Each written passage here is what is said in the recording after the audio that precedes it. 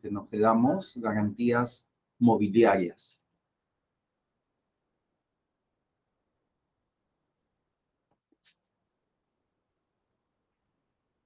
La garantía mobiliaria es la afectación de un bien mueble mediante un acto jurídico y está destinada a asegurar el cumplimiento de una obligación, a respaldar el cumplimiento de una obligación en el sentido de que si es que la persona, el titular deudor, no paga, se puede ejecutar. Puede otorgarse con posesión o sin desposesión por parte del propietario. En caso de desposesión, puede pactarse la entrega al acreedor o a un tercero depositario. La garantía comprende, salvo pacto distinto, la deuda principal, los intereses, las comisiones, los gastos, las primas de seguros pagadas por el acreedor garantizado, las costas y costos procesales, los eventuales gastos de custodia y conservación, las penalidades, la indemnización por daños y perjuicios, cualquier otro concepto acordado por las partes. El límite de la garantía es el monto del gravamen. ¿Qué bienes pueden ser objeto de garantía mobiliaria? Todo tipo de bienes muebles, incluso los bienes futuros, salvo excepciones señaladas en la ley. Ciertos derechos, uno o varios bienes al mismo tiempo, bienes específicos o categorías genéricas, la totalidad de bienes de un constituyente, bienes presentes o futuros, bienes corporales o incorporales. Pueden otorgarse en garantía mobiliaria todo tipo de bienes muebles en general, incluyendo los bienes futuros. Fuerzas naturales susceptibles de apropiación. Construcciones en terreno ajeno hechas para un fin temporal. Materiales de construcción provenientes de demolición si no están unidos al suelo. Inventarios de bienes fungibles o no fungibles. Saldo de cuentas y depósitos en entidades del sistema financiero. Conocimientos de embarque y otros análogos. Acciones y participaciones en sociedades aunque posean inmuebles, derechos de autor, inventor, patente, nombres, marcas y otros similares, créditos con o sin garantía mobiliaria. Títulos valores incluso amparados con hipoteca, instrumentos donde conste titularidad de créditos o derechos personales, excepto cheques. Las pólizas de seguro, derecho de obtener frutos o productos de cualquier bien. Todo tipo de maquinaria y equipo mobiliario, derechos a dividendos o utilidades de sociedades, todo mueble arrendado en arrendamiento financiero, concesiones privadas que no sean personalísimas, naves y aeronaves, pontones, plataformas y edificios flotantes, locomotoras, vagones y otro material rodante de ferrocarriles, en general, todo bien mueble registrado o no. No pueden constituirse o no puede constituirse garantía mobiliaria sobre las remuneraciones, sobre los fondos de la CTS, sobre warrants y certificados de depósito, sobre bienes representados en títulos valores cuando ya se ha constituido garantía sobre el título mismo, bienes inembargables conforme al artículo 648 del Código Procesal Civil, fondos del encaje bancario, fondos de los aportes obligatorios, encaje legal, fondo de longevidad, fondo complementario y los demás señalados en las normas del sistema privado de pensiones. El conocimiento de este tipo de garantías nos facilitaría el acceso a financiamientos de ser el caso. No solamente el banco evalúa si la empresa cuenta con capacidad suficiente para asumir el pago de una obligación, dado en algunos casos que la circunstancia no le genera la confianza suficiente a la institución bancaria, solicitaría una garantía adicional para cubrir alguna eventual o algún eventual incumplimiento del pago del financiamiento que ha solicitado la empresa. Ya en la práctica se necesita o se requiere la participación de un asesor legal para que analice desde su punto de vista la constitución de la garantía correspondiente para evitar alguna contingencia en el futuro. Por favor, registren su asistencia.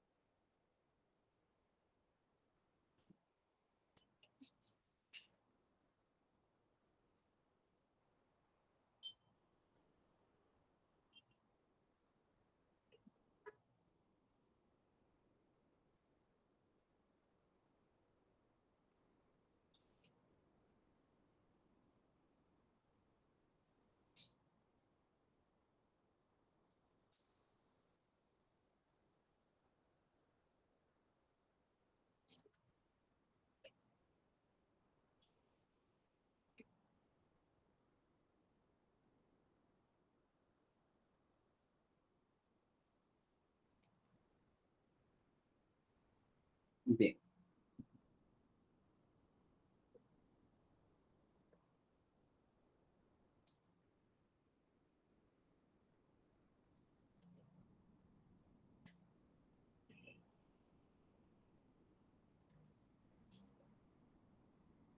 Costo promedio ponderado de capital.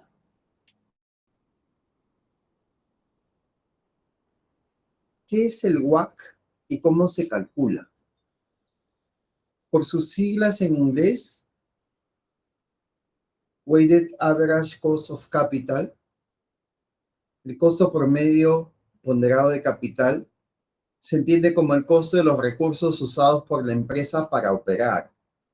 También se le puede interpretar como el rendimiento desde la visión de los proveedores de fondos, accionistas y acreedores. Costo desde el punto de vista de la empresa. ¿Cómo se calcula el WACC? Dividimos o hallamos la proporción del patrimonio sobre el patrimonio más deudas por el costo de ese patrimonio, más las deudas sobre el patrimonio más deudas, por el costo de esas deudas y por el escudo fiscal, por uno menos la tasa tributaria. Veamos la ecuación contable, ¿no? Activo, bienes y derechos de la empresa, es igual al pasivo más el patrimonio, que en realidad se convierten en las fuentes de financiamiento. Las fuentes de financiamiento se componen de recursos con terceros, que es la deuda, más los recursos propios, patrimonio o equity, que es la deuda con los propietarios, ¿no? Entonces tengo por un lado la deuda con los terceros, proveedores, bancos, Estado, y la deuda con los propietarios. La deuda con terceros está compuesta por los acreedores y principalmente la mayor proporción de este tipo de deudas está compuesta por deuda bancaria, mientras que el equity es deuda que se le debe a los propietarios, sean inversionistas o socios. La deuda más el equity es el valor total de capital o el financiamiento total de la empresa. ¿Qué financia? Financia los activos. La estructura de capital lo que trata de determinar es cómo participa tanto la deuda con terceros y la deuda con los propietarios. Es la proporción existente entre deuda y patrimonio. En otras palabras, es la mezcla específica entre deuda y patrimonio que las empresas utilizan para financiar sus operaciones, ¿no? Puede ser 50-50, 30-70, 40-60, etc. La empresa lo determinará según sus necesidades. Por ejemplo, el total de capital de una empresa se compone de la siguiente manera. Recursos de terceros, 10 millones, patrimonio, 15 millones.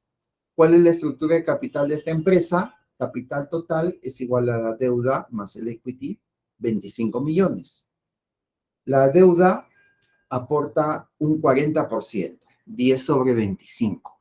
Y el equity aporta un 60%, 15 sobre 25. Llegaríamos a la conclusión de que esta empresa se financia en mayor medida con recursos propios.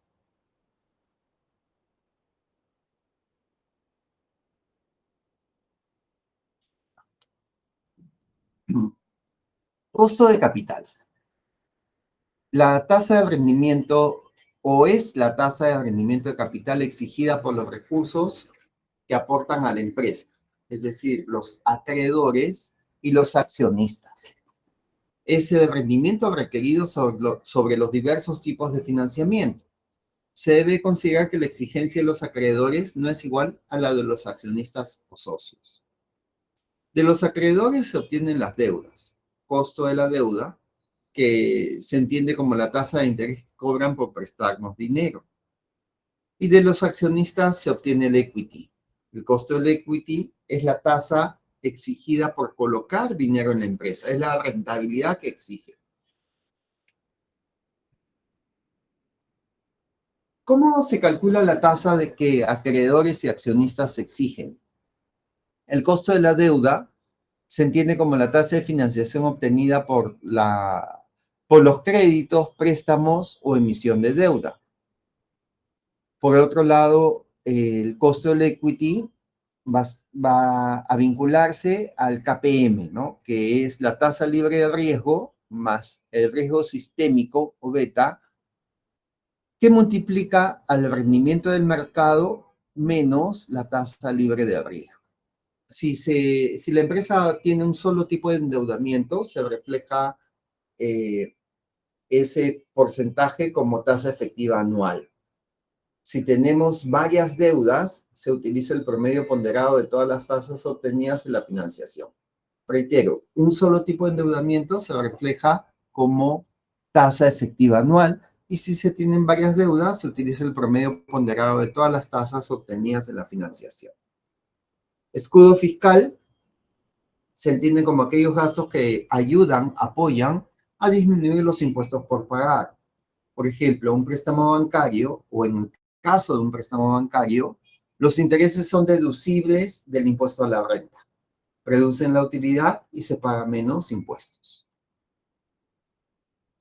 En consecuencia, el WACC es igual, o el costo promedio ponderado de capital es igual al costo del equity, que multiplica al equity sobre el equity más la deuda, más el costo de la deuda, que multiplica a la deuda sobre el costo del equity más la deuda, por el escudo fiscal.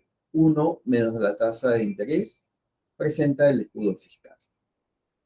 Enfoques. Como activo, se entiende que es la tasa para descontar el flujo de caja esperado.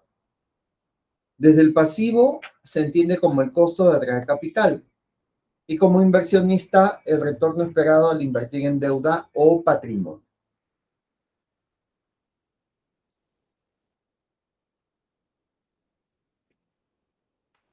Teoría de la intercompensación.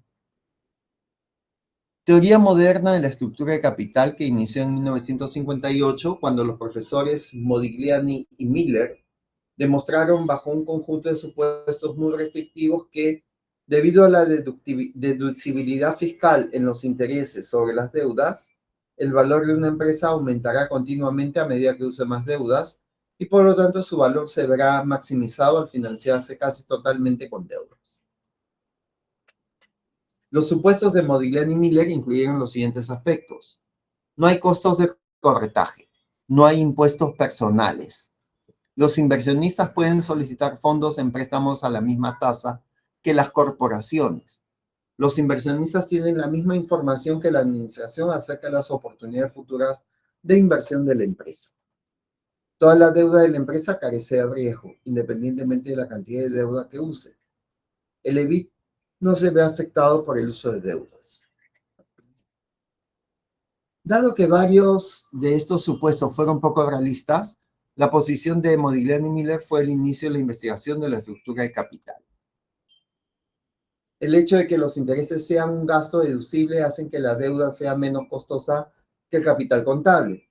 En cierta forma, el gobierno paga una parte del costo del capital tomado en deuda o de deuda proporción, o la deuda proporciona beneficios de protección fiscal. Los supuestos de Modigliani y Miller no se mantienen en el mundo real.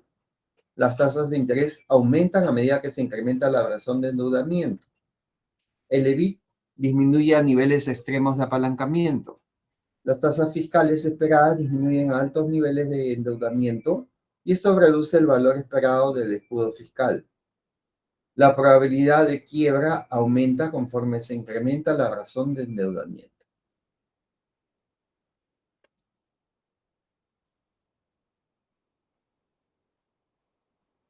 ¿Existirá algún nivel máximo de endeudamiento?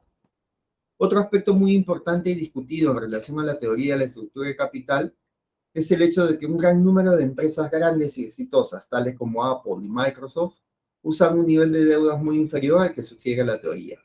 Esto condujo a la teoría del señalamiento. Modigliani y Miller supuso que los inversionistas tienen la misma información que los administradores acerca de los prospectos de una empresa. Esto se denomina información simétrica. Sin embargo, se sabe que los administradores tienen mejor información de sus empresas que los inversionistas externos. Esto se conoce como información asimétrica y tiene un importante efecto sobre la estructura de capital óptimo. Capacidad para solicitud de préstamos de reserva. Capacidad para solicitar fondos en préstamo a un costo razonable cuando se presentan buenas oportunidades de inversión. Las empresas frecuentemente usan una mayor cantidad que la que especifica la estructura óptima de capital, Modigliani y Miller, para asegurarse que podrían obtener capital en deuda más tarde si así lo necesitaran. Lista de verificación para las decisiones de estructura de capital. Además de lo anterior, las empresas consideran los siguientes factores, los cuales pueden tener una influencia importante, aunque difícil de medir, sobre la estructura de capital óptima. Estabilidad en las ventas. Una empresa cuyas ventas son relativamente estables puede asumir en una forma segura una mayor cantidad de deudas e incurrir en cargos fijos más altos que una compañía con ventas inestables.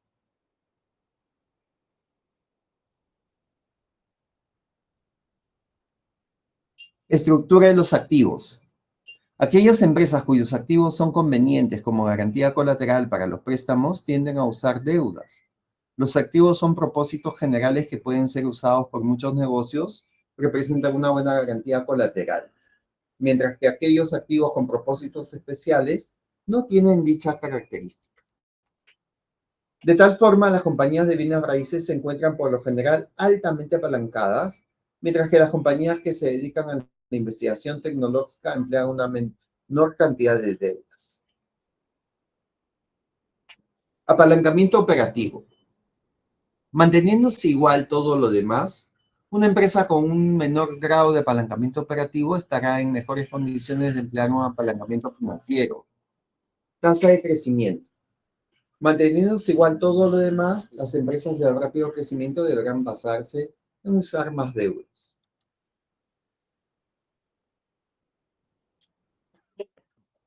Rentabilidad. Frecuentemente se observa que las empresas que tienen tasas de rendimiento muy altas sobre la inversión utilizan una cantidad de deudas relativamente pequeña. Aunque no existe una justificación teórica para este hecho, una explicación práctica consiste en que las empresas muy rentables, tales como Apple, Microsoft y Coca-Cola, simplemente no necesitan recurrir a una gran cantidad de financiamiento por medio de deudas. Sus altas tasas de rendimiento los capacitan para llevar a cabo la mayor parte de su financiamiento con unidades retenidas. Impuestos. Los intereses son un gasto deducible y las deducciones son muy valiosas para las empresas que tienen altas tasas fiscales. Por lo tanto, entre más alta sea la tasa fiscal corporativa de una empresa, mayores serán las ventajas de las deudas.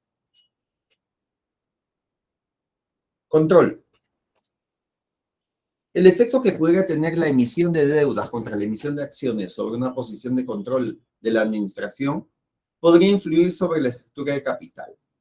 Si la administración tiene actualmente el control sobre la votación, más del 50% de las acciones, pero no está en posición de comprar más acciones, podrá optar por emitir instrumentos de endeudamiento para sus nuevos financiamientos.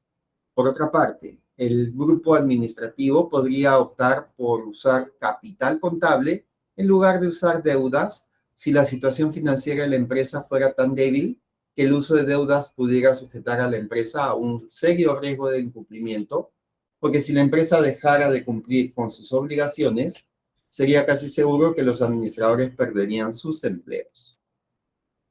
Actitudes de la administración. Puesto que nadie puede probar que una estructura de capital habrá de conducir a precios más altos en las acciones que otra, la administración puede ejercer su propio juicio acerca de la estructura de capital más adecuada. Algunas administraciones tienden a ser más conservadoras que otras. Actitudes de los prestamistas. Indistintamente de los propios análisis que hagan los administradores acerca de los factores adecuados de apalancamiento para sus empresas, no hay duda de que las actitudes de los prestamistas frecuentemente influyen sobre las decisiones de estructura financiera. Condición interna de la empresa. Las condiciones internas de la misma empresa también pueden tener una influencia importante sobre su estructura de capital óptima. Suponga que una empresa acaba de llevar a cabo de forma exitosa un programa de investigación y desarrollo que proyecta la obtención de utilidades más altas que en un futuro inmediato. Sin embargo, las nuevas utilidades aún no han sido anticipadas por los inversionistas y por lo tanto no se verán reflejadas en el precio de las acciones. Esta compañía no deseará emitir acciones, preferiría financiarse con deudas hasta que se materialicen las utilidades más altas y se vean reflejadas en el precio de las acciones. Posteriormente podrá vender una emisión de acciones comunes, cancelar las deudas y regresar a su estructura de capital fijada como meta.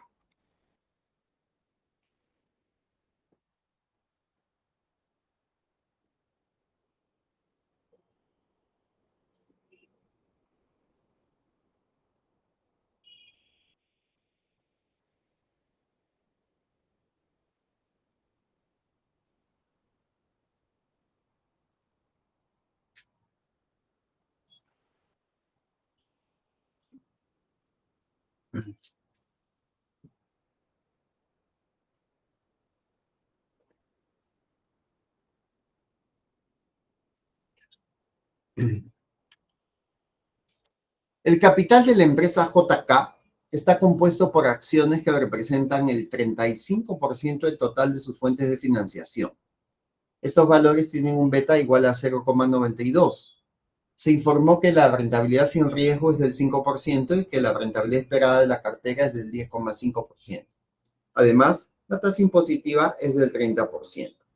Se requiere calcular el costo de los recursos propios y el costo promedio ponderado de capital antes y después de impuestos si el costo de las deudas es del 7%.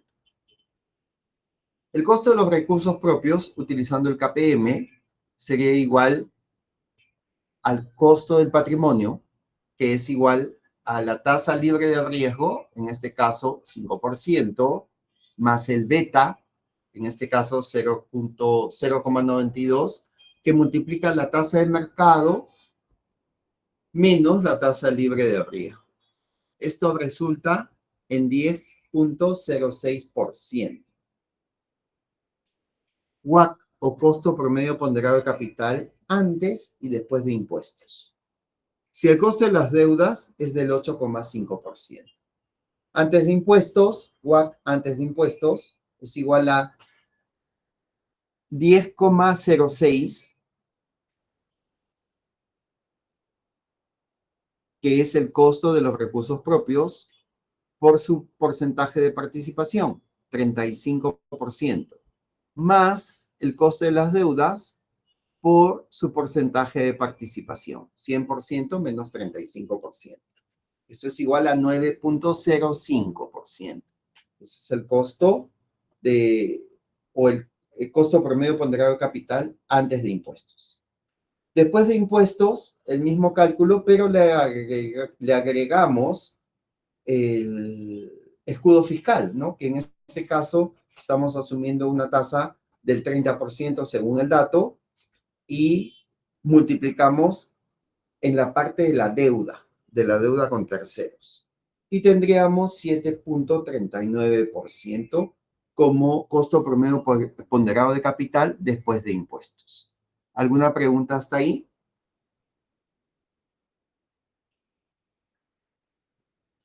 Bien.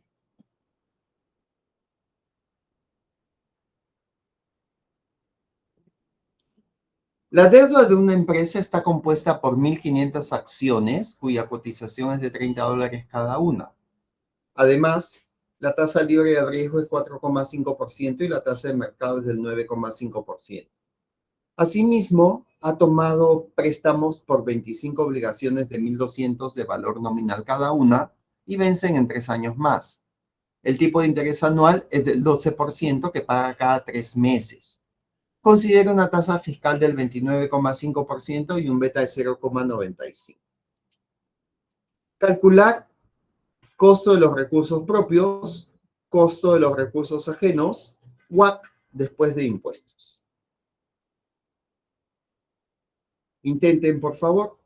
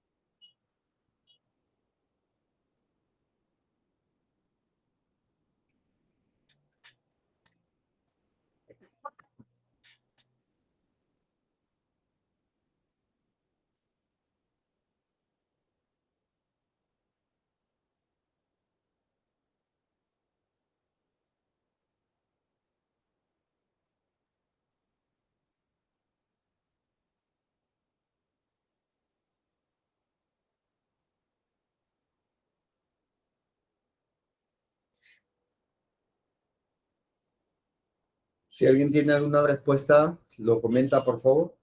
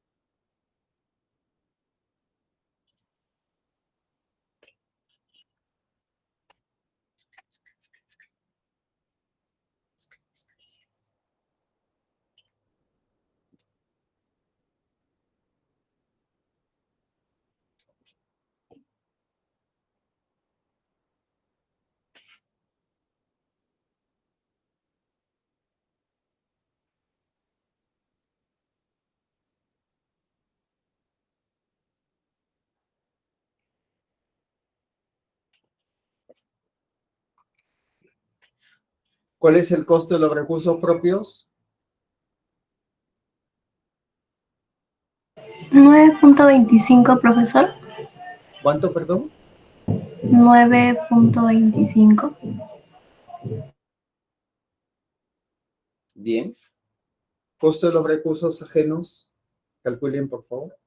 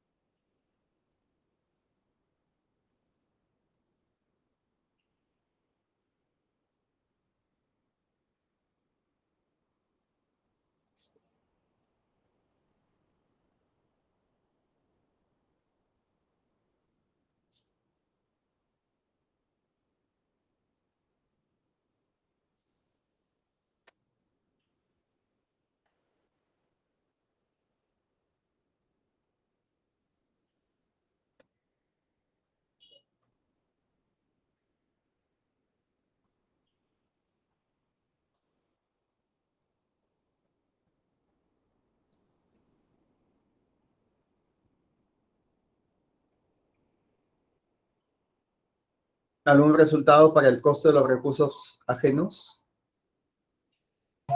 8.46. Veamos.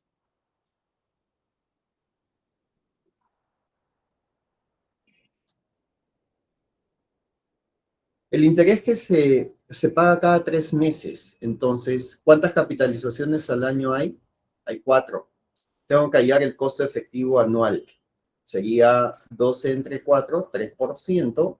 Y luego calculo la tasa efectiva anual, 12.551%. En la teoría nos indica que debemos calcular la tasa efectiva anual.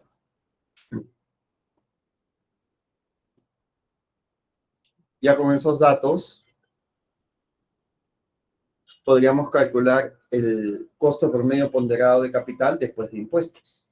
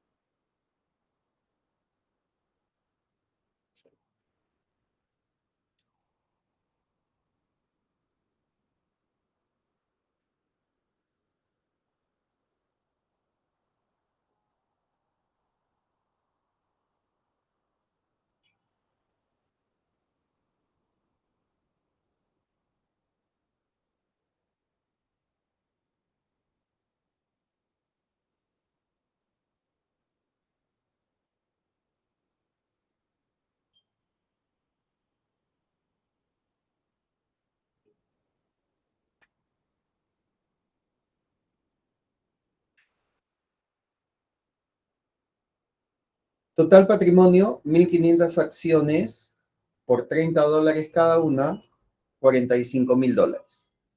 Total deudas, 25 por 1.200 cada una, $30.000. Totalizamos y hallamos la proporción. 75.000, ¿no? 45.000 sobre 75.000, 60%. 30.000 sobre 75.000, 40%. Después de impuestos, 9.25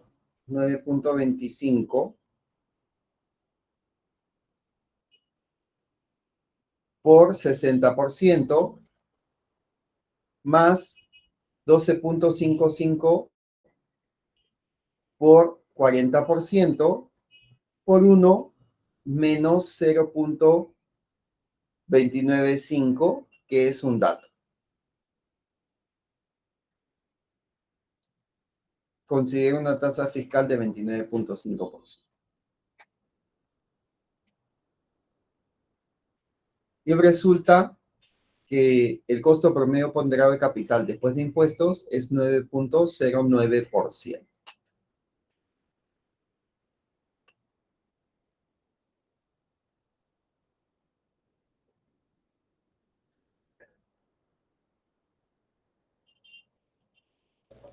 Profesor, disculpe, ¿podría repetir sobre el costo de los recursos ajenos? El costo de recursos ajenos es la tasa efectiva anual. En el dato nos indican de que la tasa de interés, el tipo de interés anual es el 12% para estas obligaciones y que se paga cada 3 meses. Si se paga cada 3 meses, es un periodo trimestral. ¿Cuántos trimestres hay en un año? 4. Simplemente tenemos que volver esta tasa a efectiva. Dividimos 12 entre 4, 3%, y luego aplicamos la fórmula. 1 más 0.03 a la cuarta menos 1 para hallar la tasa efectiva anual.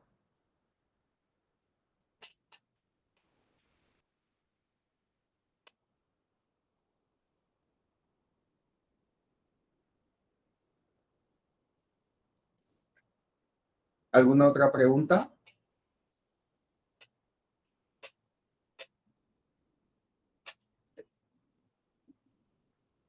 Con relación a la empresa KM, se sabe que el costo de las deudas es 21% y su tasa imponible es 30%.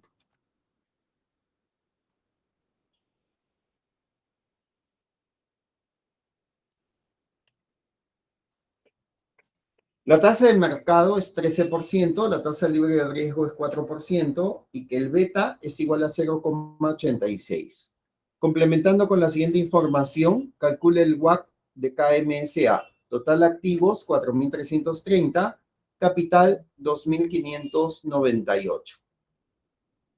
Piden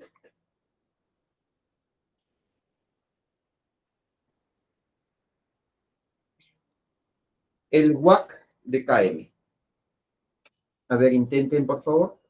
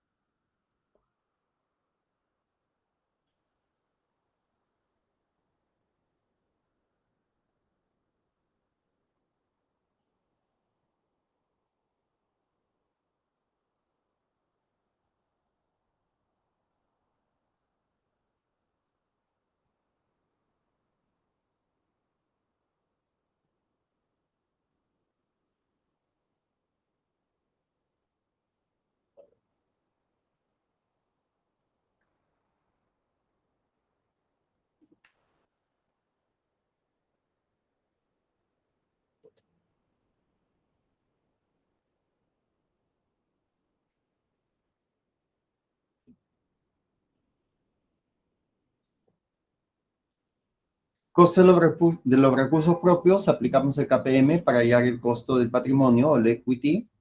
4% es la tasa libre de riesgo, más el beta, que multiplica la tasa de mercado, menos la tasa libre de riesgo, y resulta en 11,74%. Costo de los recursos ajenos, 21%, que es el costo de las deudas, es dato. WACC después de impuestos. Total activos, sabemos que es igual a total pasivos más patrimonio neto. En consecuencia, tendríamos esta estructura.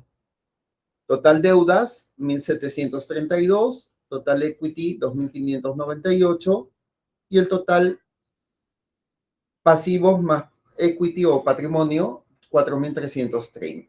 Calculamos la participación, 40-60 nos da el 100%.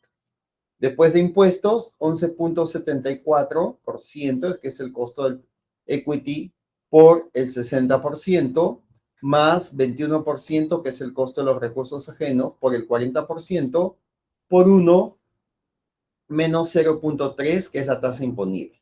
Resulta en 12.92%.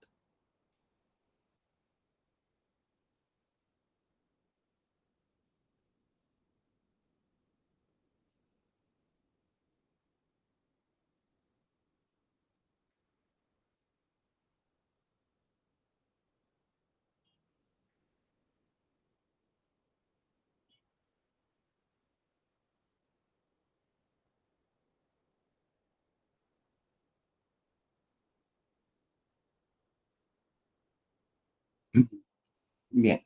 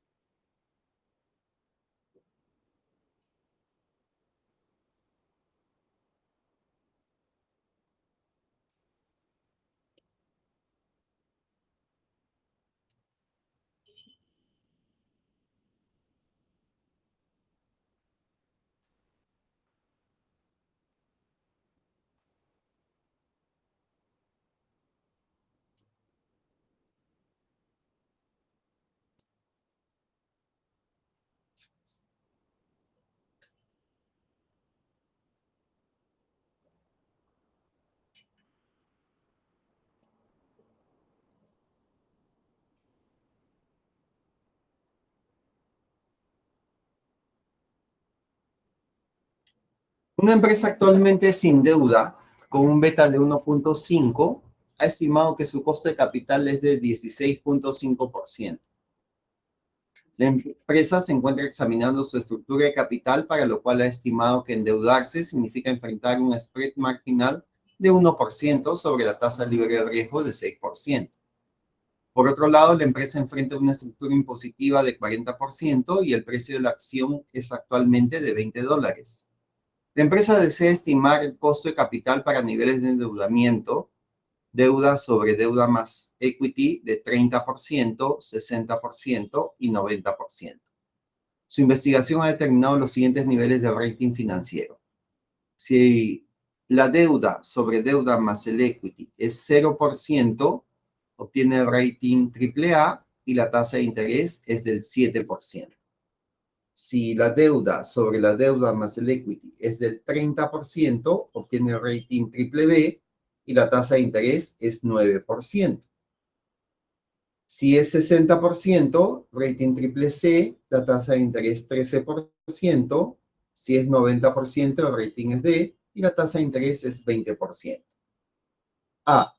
Si la empresa recompra acciones con deuda de manera de alcanzar diferentes niveles de endeudamiento, determine los betas estimados de la acción para niveles de endeudamiento, es decir, deuda sobre deuda más equity de 30%, 60% y 90%. Determine los WACC para los diferentes niveles de endeudamiento, 30%, 60% y 90%. Comente y discute el nivel de endeudamiento óptimo de la empresa. Discuta si los resultados anteriores siguen siendo válidos si la tasa impositiva fuera 15% en vez de 40%. No es necesario hacer los cálculos. Argumentos convincentes son suficientes. Unos minutos para que intenten, por favor.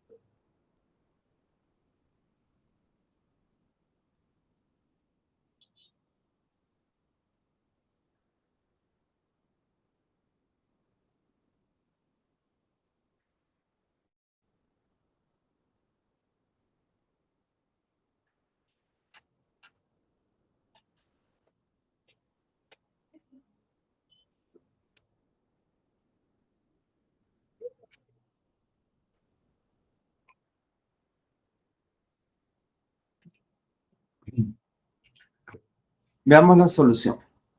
Si la empresa recompra acciones con deuda de manera de alcanzar diferentes niveles de endeudamiento, determine los betas estimados de la acción para niveles de endeudamiento. Es decir, se sabe que beta desapalancado es 1.5. Luego, el beta apalancado va a ser igual a 1.5 por 1 más 1 menos 0.4 por D sobre E. Por lo tanto, D sobre D más E, 30%.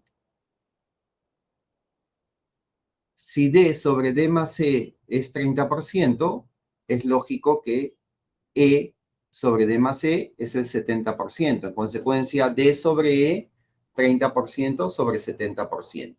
Resolvemos 0.4286. Multiplicamos al beta apalancado y tendríamos 1.8857. La misma lógica para el caso del 60% y para el caso del 90%, resultando en 2.85 y 9.6. Determine los WACC para los diferentes niveles de endeudamiento, 30%, 60% y 90%. Como el costo de capital para el caso sin deuda es de 16.5, entonces 16.5 va a ser igual a RE, que es igual a la tasa libre de riesgo más el beta. Entonces 16.5 es igual a 6 más 1.5 por E, y E es igual a la tasa de mercado menos la tasa libre de riesgo, es decir, 7%. Por lo tanto, para el 30%, RE es 19.2 y el WACC 15.06. Para el 60%, el WACC es 15.06 y para el 90%, 18.12. Comente y discuta el nivel de endeudamiento óptimo de la empresa. El costo de capital es mínimo para un nivel de endeudamiento entre 30 y 60%. Es necesario mayor información para calcular en forma precisa. Sin embargo, es claro que a la empresa le conviene sustituir patrimonio accionario por deuda a niveles de 45%. Discuta si los resultados anteriores siguen siendo válidos si la tasa impositiva fuera 15% en vez de 40%. Una disminución de la tasa impositiva hace inmediatamente menos atractiva la deuda, por lo que el WACC no disminuye en la misma forma al incrementar el endeudamiento. Por lo tanto, el nivel de endeudamiento óptimo se encontrará a niveles menores del 45%. Un cálculo simple para deuda sobre deuda más equity igual a 30% implica que el nuevo WACC es de 16.523%, por lo que el mínimo se encuentra entre 0 y 30%. Probablemente cercano al 15% dependiendo del comportamiento de la tasa de interés. Estos ejercicios también se los voy a compartir a través del campus para que lo tengan como modelo. Este tipo de ejercicios no se van a considerar para las evaluaciones. Son demasiado complejos. Los anteriores, lógicamente, sí.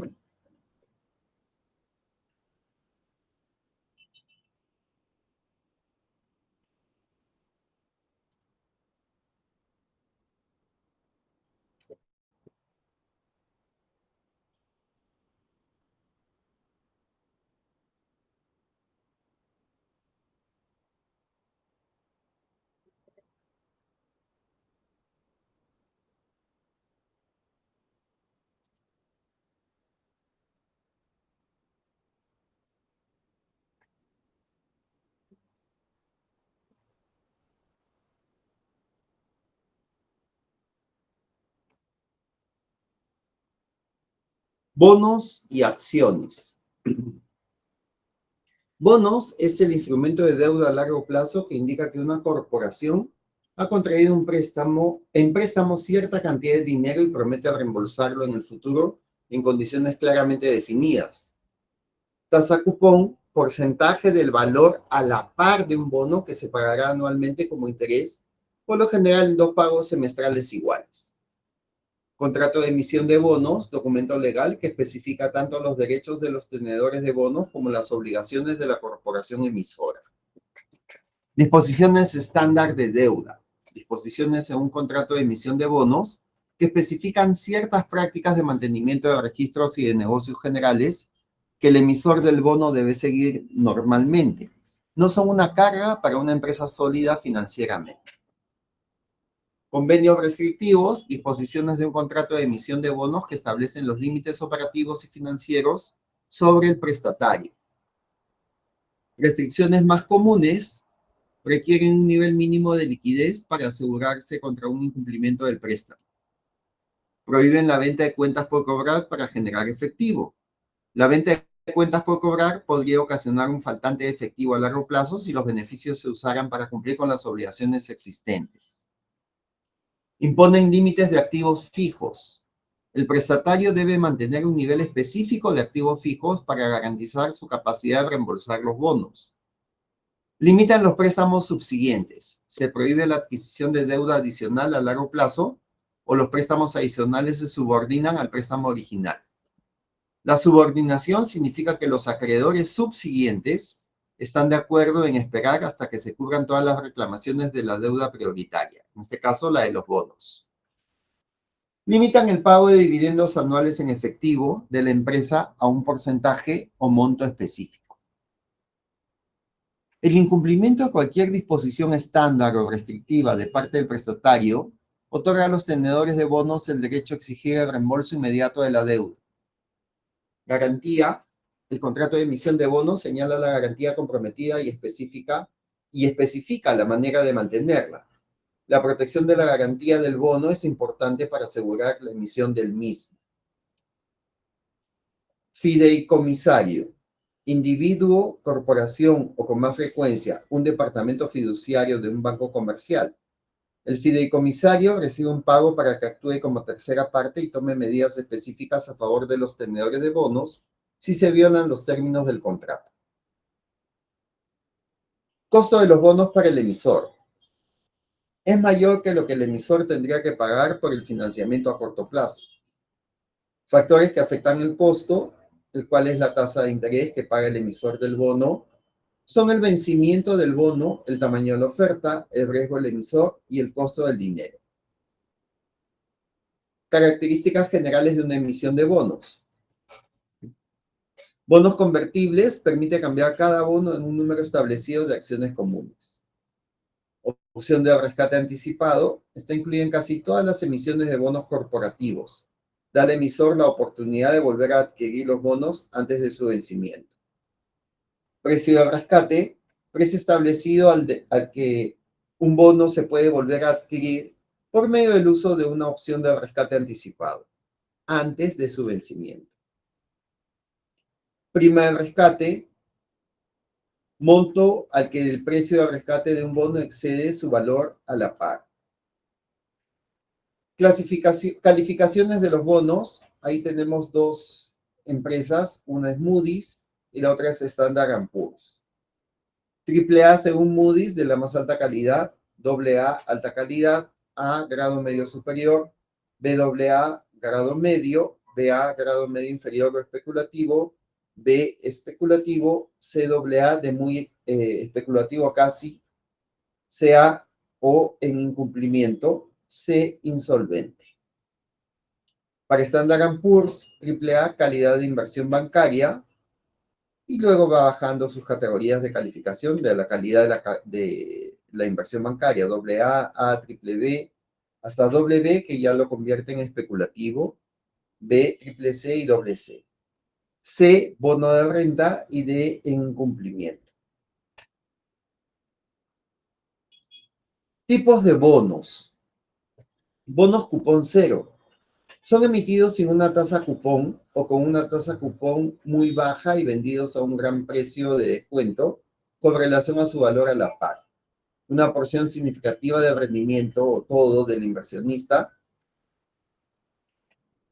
proviene de la ganancia en valor, es decir, el valor a la par menos el precio de compra.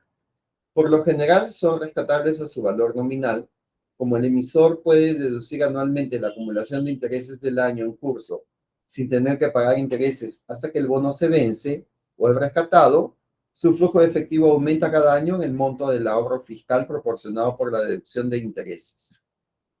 Bonos basura o chatarra se usaron frecuentemente durante la década de los 80 por empresas en rápido crecimiento para obtener capital de desarrollo, sobre todo como una manera de financiar fusiones y tomas de control. Son bonos de alto riesgo con altos rendimientos que generan a menudo de 2 a 3% más que la deuda corporativa de la mejor calidad, pero siempre y cuando generen el pago, ¿no? Porque puede ser que sean de muy alto riesgo y no paguen. Bonos a tasa flotante. La tasa de interés establecida se ajusta periódicamente dentro de los límites establecidos en respuesta a los cambios en tasas específicas del mercado de dinero o del mercado de capital. Son populares cuando las tasas de inflación o de interés futuras son inciertas. Tienden a venderse cerca de su valor a la par por su ajuste automático a las condiciones cambiantes del mercado. Algunas emisiones permiten el rescate anual a su valor a la par a elección del tenedor del bono. Valoración de bonos. FCC Company emitió el 1 de enero del 2019 un bono a 10 años con una tasa cupón de 10% y un valor a la par de $1,000, que paga intereses semestrales. Los inversionistas que compran este bono tienen el derecho contractual de recibir dos flujos de efectivo: $100 de interés anual, tasa cupón del 10% por $1,000 de valor nominal, distribuidos como $50, la mitad de 100, al término de cada semestre. $1,000 de valor a la par al final del 10º año. Con los datos de la emisión de bonos de FCC Company, se examinará la valoración básica de los bonos. Y tenemos esta fórmula, donde B sub 0 es igual al valor del bono en el tiempo cero y la tasa o el interés anual pagado en dólares, N, número de años al vencimiento, M, valor a la par en dólares, K sub D, rendimiento requerido de un bono. Si se usan tablas, que ya actualmente ya no se utilizan, se hace referencia al valor presente o al factor de interés anual para un valor presente o al factor de interés para el valor presente. Si asumimos que el interés sobre la emisión del bono de FCC Company se paga anualmente y que el rendimiento requerido es igual a la tasa cupón del bono y igual $100 a una tasa del 10%, M1000 y N 10 años, los cálculos requeridos para determinar el valor del bono se representarían gráficamente en la siguiente línea de tiempo. Tendríamos pues a partir del siguiente año los pagos de $100. Lo traemos a valor presente y se convertirían en $1,000.50. Si usamos la tabla y aplicamos los factores que indica, sale el mismo resultado. Las empresas emiten bonos por ser más baratos que el interés de las formas normales de financiamiento. Sin embargo, ofrecen más que los intereses de ahorros. Bono interés cupón, promedio de 4 primeros bancos más plus.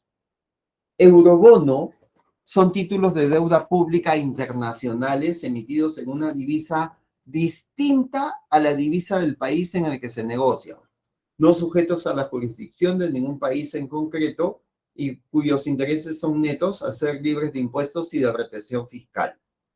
Los eurobonos tienen relación con emisiones fuera de las fronteras del país de origen, pero no implica que el bono se haya emitido en Europa o que estén denominados en euros.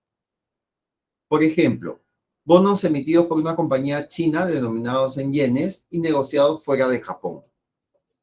Bonos emitidos por Alemania denominados en dólares americanos y negociados fuera de Estados Unidos. Bonos extranjeros, título de deuda que emite una empresa o gobierno extranjero en un determinado mercado nacional y que está denominado en la misma moneda del país donde se emite. Además, están sujetos a la legislación del país donde se realiza la emisión.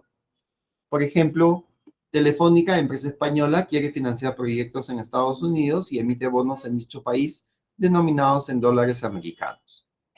En este caso, Telefónica estaría emitiendo un tipo de bono extranjero conocido como bono Yankee.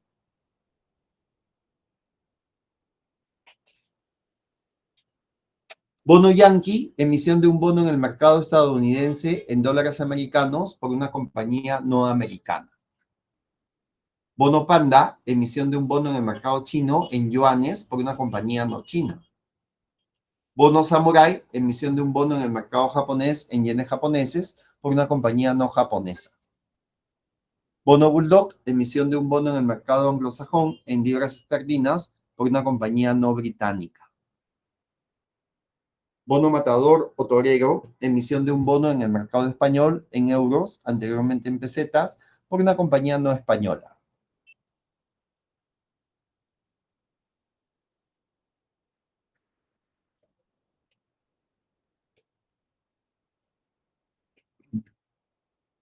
En un horizonte de tiempo, ahí tenemos el bono en el momento cero, el interés y el valor del bono en el futuro.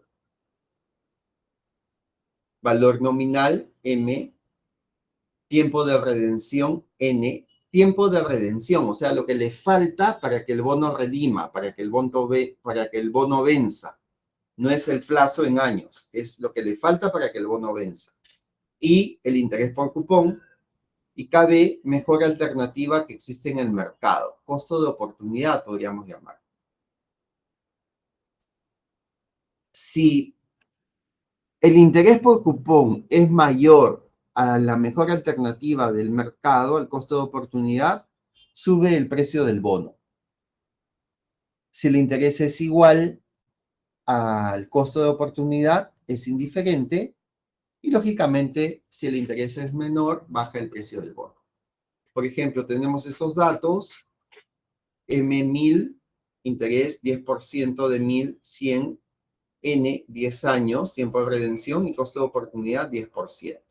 Aplicamos la fórmula y tendríamos que el bono vale $1000.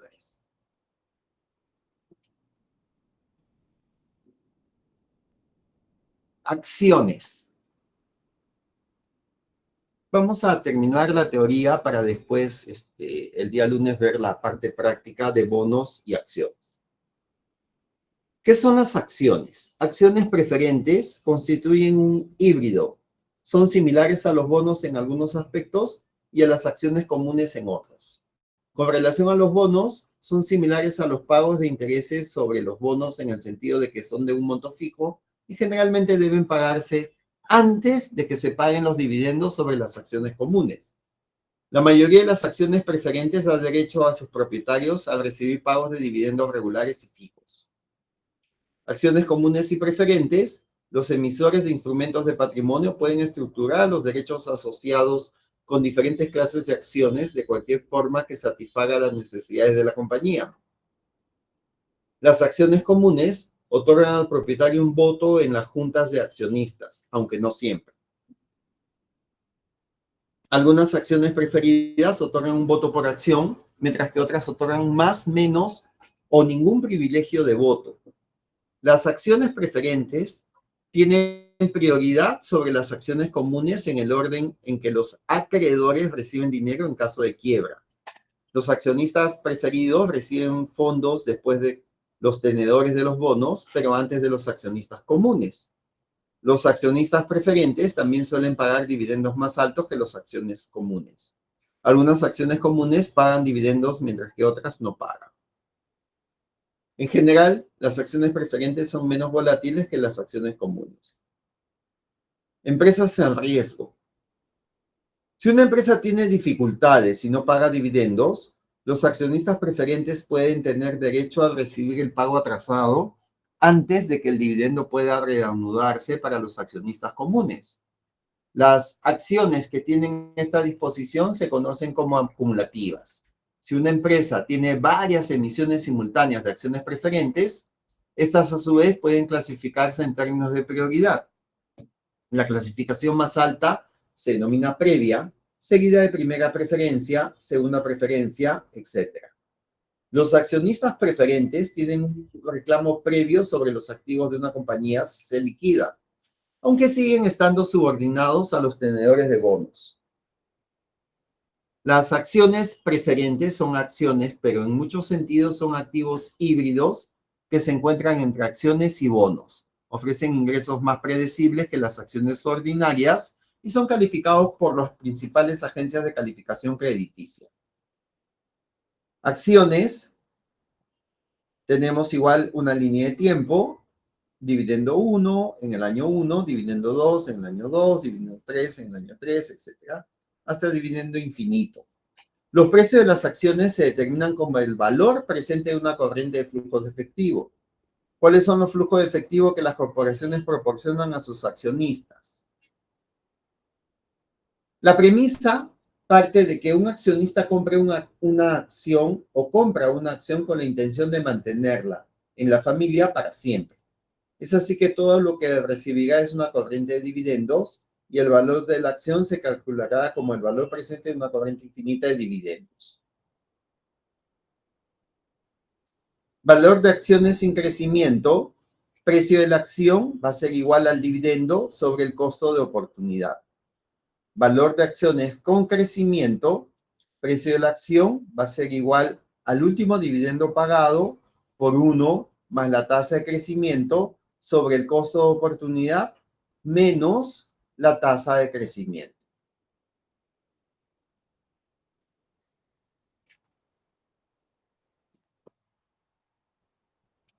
Bien, los ejercicios, como les comenté, los vamos a tratar el día lunes.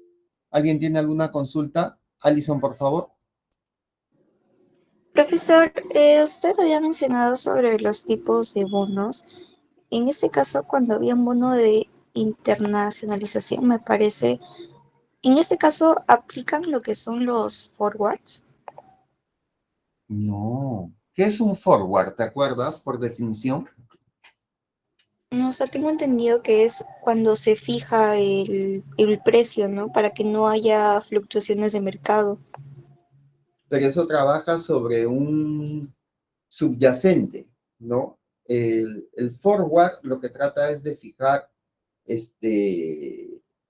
por ejemplo, a ver, ¿qué ejemplo te puedo poner? Mm, Déjame chequear.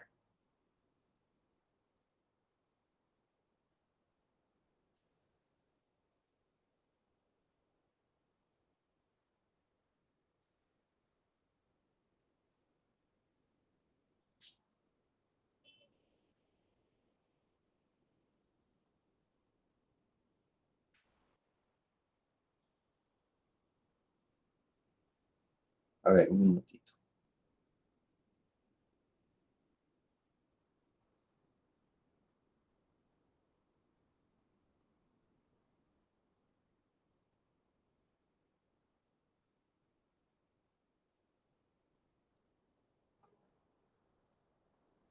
Ya. Tienes un commodity, por ejemplo, ¿no? Entonces, puede ser el commodity trigo, vamos a suponer. Entonces, tú haces un contrato forward con el proveedor para fijar el precio a futuro, de tal manera de que en un periodo de tiempo preestablecido, 6 meses, por ejemplo, o 5 meses, tú obtienes el trigo a un precio ya predeterminado. El bono es diferente. El bono es un tipo de financiamiento que generalmente las empresas acceden porque las empresas son las que ponen las condiciones, como la tasa de interés que van a pagar y que lógicamente se pagan al final del periodo. Puedes pagar cuotas de intereses, pero al final del periodo vas a pagar la tasa de interés más la devolución del capital. Ahora, existen bonos convertibles. ¿En qué se convierten los bonos? Se convierten en acciones. Entonces ya ni siquiera devuelven el capital. Las personas que invierten en ese tipo de bonos saben que al final, cuando el bono redima, se van a convertir o van a ser accionistas de la empresa que ha ofrecido, de la que adquirieron esos bonos propiamente, para decirlo con más propiedad. Los forward swaps son contratos de futuros que son otro esquema de financiamiento. Los swaps, ya que lo mencioné, te permiten cambiar una tasa fija en tasa variable, por ejemplo, o asegurarte el tipo de cambio en una moneda extranjera. No sé si con eso aclaré tu duda o todavía tienes alguna consulta. Entonces, profesor, si se va a realizar un contrato a nombre de la empresa, ¿no? Que va a prestar y va a generar esos bonos, ¿se realizaría el tipo de cambio del que se va a realizar ese contrato? Porque el tipo de cambio va a variar cada día, pero para que sea fijo, entonces la empresa estimaría, ¿no? O colocaría en todo caso la fecha del tipo de cambio del contrato y ahí aplicaría para adelante, ¿verdad? A ver, si tú quieres comprar un bono de $1,000, tú quieres comprar un bono de $1,000, $1,000, ¿es necesario que fijes el tipo de cambio por un contrato? La empresa ha emitido bonos para obtener financiamiento. Ha fijado el monto del financiamiento, vamos a suponer 4 millones. Ha fijado el valor de cada bono, vamos a suponer que cada bono vale $1,000. Ha fijado la tasa de interés que va a pagar por esos bonos y la moneda de emisión de los bonos. La moneda es dólares. Entonces, ¿necesitas el tipo de cambio? ¿Necesitarías el tipo de cambio?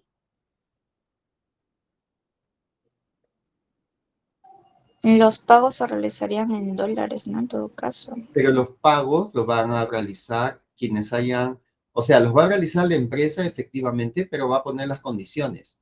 Ahora, de esos 4 millones no los va a devolver inmediatamente, los va a devolver en 4, en 5 años. Si dentro de eso quiere hacer algunas gestiones para mantener un tipo de cambio estable, ese es otro tema, es otro tipo de acciones o de producto que va a utilizar para poder implementarlo, pero no está vinculado directamente al bono.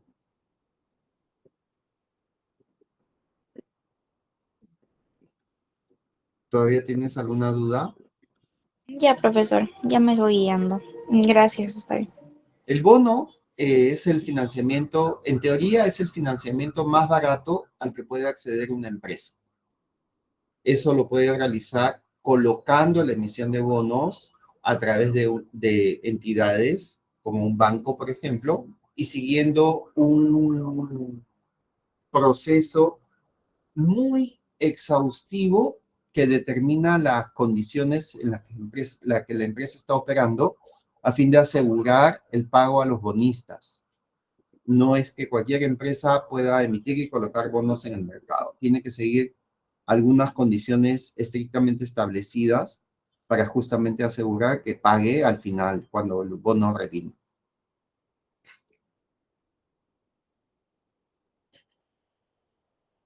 ¿Alguna otra consulta?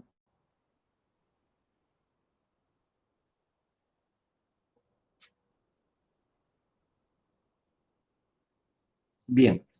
Nos vamos a quedar ahí. Muchas gracias por el esfuerzo y nos reencontramos el día lunes. Que tengan